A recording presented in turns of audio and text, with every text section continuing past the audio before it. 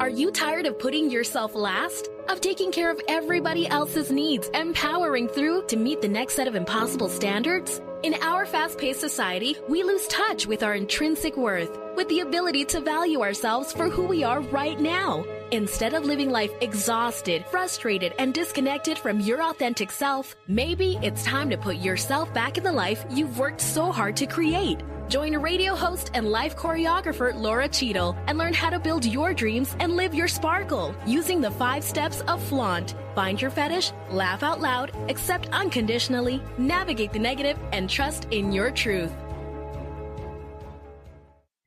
Hello, welcome to Flaunt, Build Your Dreams and Live Your Sparkle. I'm Laura Cheadle, and today we have got this incredible transformational speaker and leadership trainer, and get this, status quo disruptor as our guest. But before we bring her on, I want to take a few minutes and tell you to go to my brand spanking new website, www.lauracheadle.com. That's LoraCheadle.com. Go to the Work With Me tab and find out about my new destination retreat that's coming up. Oh my gosh, I'm so excited. It's going to be in Glenwood Springs, Colorado over Father's Day weekend. So if you've been wanting to come to Colorado, now is your chance. And if you think you might want to come again next summer, go ahead and read about it now and get yourself on the wait list for next summer. But more than anything, oh my gosh, I'm super excited about it now. So check it out. And reach out if you have any questions or comments because I'm really excited. And with that, back to the show and back to our guest. Today, I'm bringing on Paula Alphonse, and she's from Canada.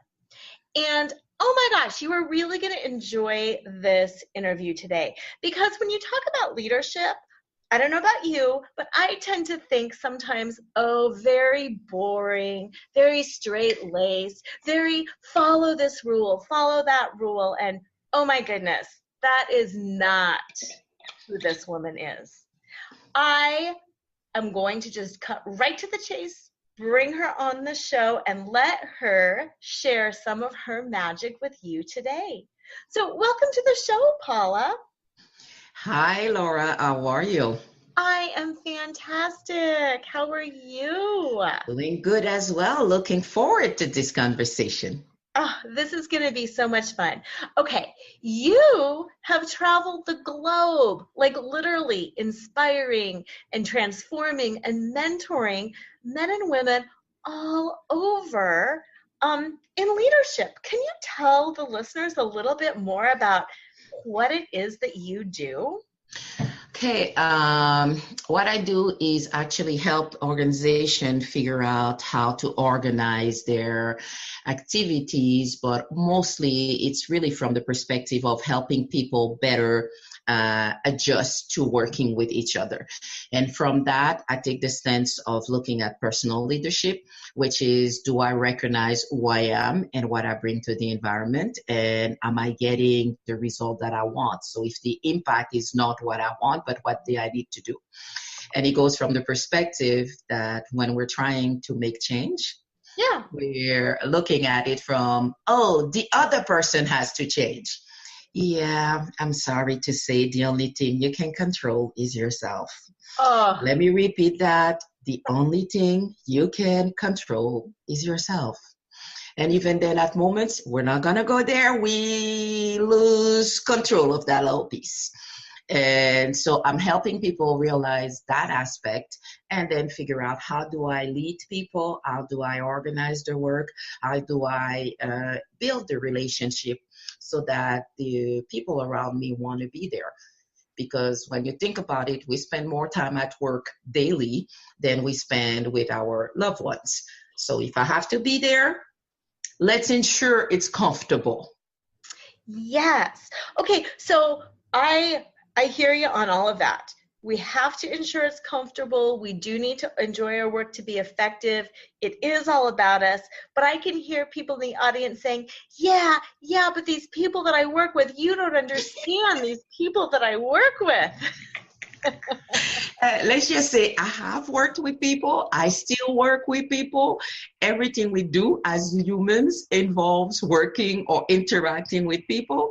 And it is really about understanding that oftentimes what I bring into a conversation can either make or break the conversation.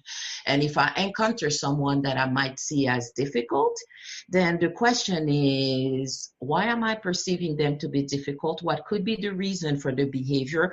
Could I get a better sense of what's happening? And then figure out how do I bring them in a conversation so that we can get a win-win. No one wakes up in the morning thinking, I'm going to be so disagreeable to everybody. They're going to hate me today. So that's true. I know. So sometimes it's because we don't understand the people's journey. Maybe they've had a rough night. Maybe their child is sick. Maybe I had a car accident on my way to work. There's all kinds of reasons. Maybe the manager prior to you was and now it's like, I just don't trust all of you people. So it's the sense, need to get a better sense of what the other person is, but also be aware of what I'm bringing. And there's no better way than role modeling. Right. Because you're right, as a manager, you do have to assign tasks or directives, and you do have to, like, quote unquote, get work done and get work out of people. But I like that the focus is on the person and the relationship. That makes more sense, because I'm more willing to help people who are invested in me as a human, as opposed to feeling like, oh, they're a taskmaster and all they want out of me is work and they don't care about me. Yeah. No one enjoys feeling used. So from that perspective, how could I help the person see the value added of engaging in that interaction? And how can we make the experience as pleasing as possible? Does this mean everything will be totally enjoyable? No, but if we're hitting this thing that we're doing right now, at least we can joke about it, because in a few minutes, you'll be done. So that's the portion. How do you lift the mood and the spirits around what needs to take place? Because in almost every single aspect of our life, there'll be things we enjoy and there'll be things that we could do without, but still have to get done. Yes. Isn't that true? And I liked how you mentioned, maybe joke about it, because you're right. There are things that we don't enjoy. For the people who have raised kids or animals out there, it's not enjoyable to change diapers or to clean up when the dog has had an accident on the floor. But it is a part of owning an animal or having a child. And it's interesting because I often make the joke when I speak to individuals, because sometimes I make the comparison between regular life and work life. And there are things we do in one, and then for some reason we get to the other side and feel like, oh no, has to be done completely different. But the idea is it's not that it has to be done different. It's just that you have to understand what comes with it. And for me, the joke I often make is, if God had chosen to give us our children as teenagers, we might have sent them back within a couple of weeks. But instead, it gives us little babies that are adorable, that are so needy, that are clinging to you and making you feel all kinds of emotions. I want to protect them. I want to make sure they're all right.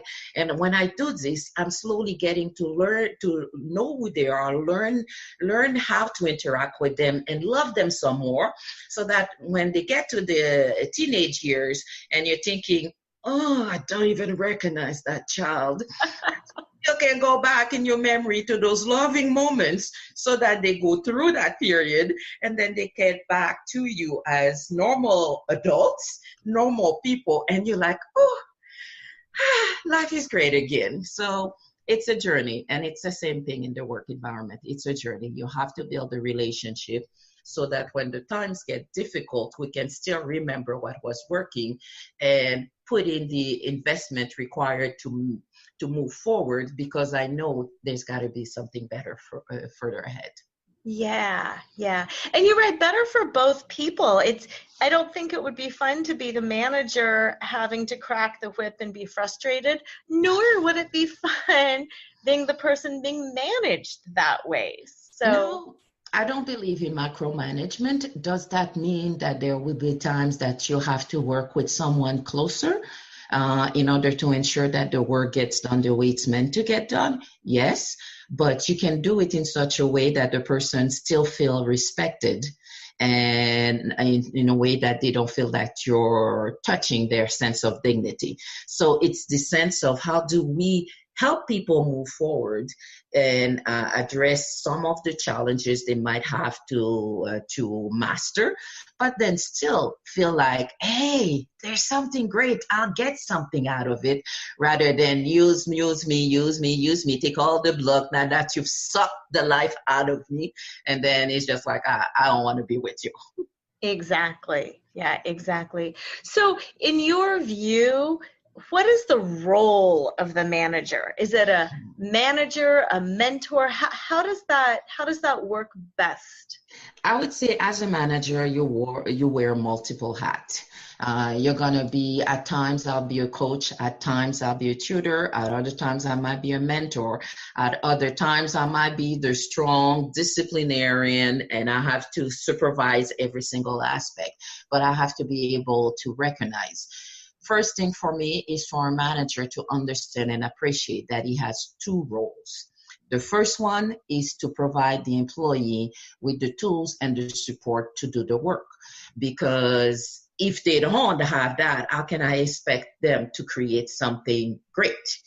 And Yeah. then on the other side, as a manager, I also have to provide my management with the data and the facts in order for them to make an effective decision making.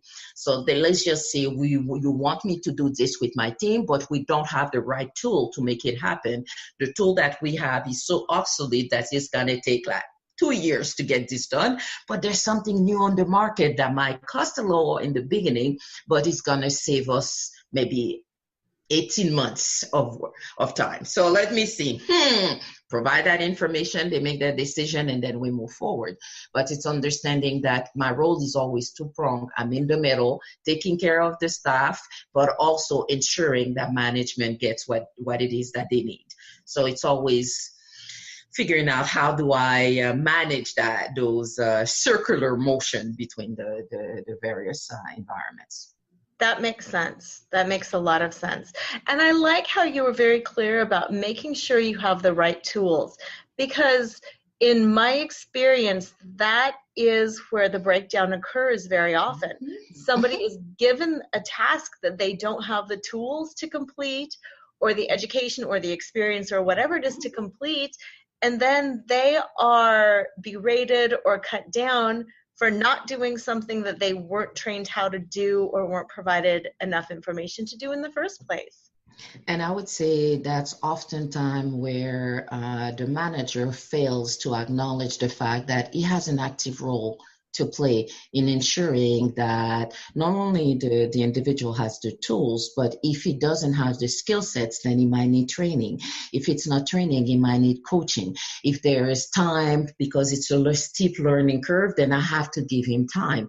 So it's understanding that every single individual that's going to join my team will be slightly different and unique than the other ones. So I have to appreciate that I can't have a one-size-fits-all coming in, and every single time an employee comes in, there's only one option that will work for everything. It usually doesn't work like that. So you have to take the time to build the relationship, understand what they bring, and also appreciate what are some of those elements that as an organization we have to put in place to support them.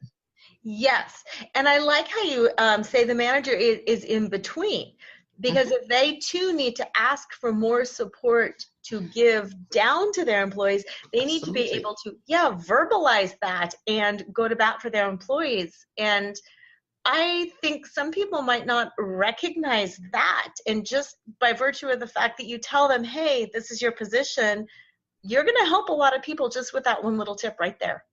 Oh, I'm hoping, because the idea is oftentimes people are thrust into the managerial position and they're under the impression that the only thing I have to do is make sure the deliverables get done. But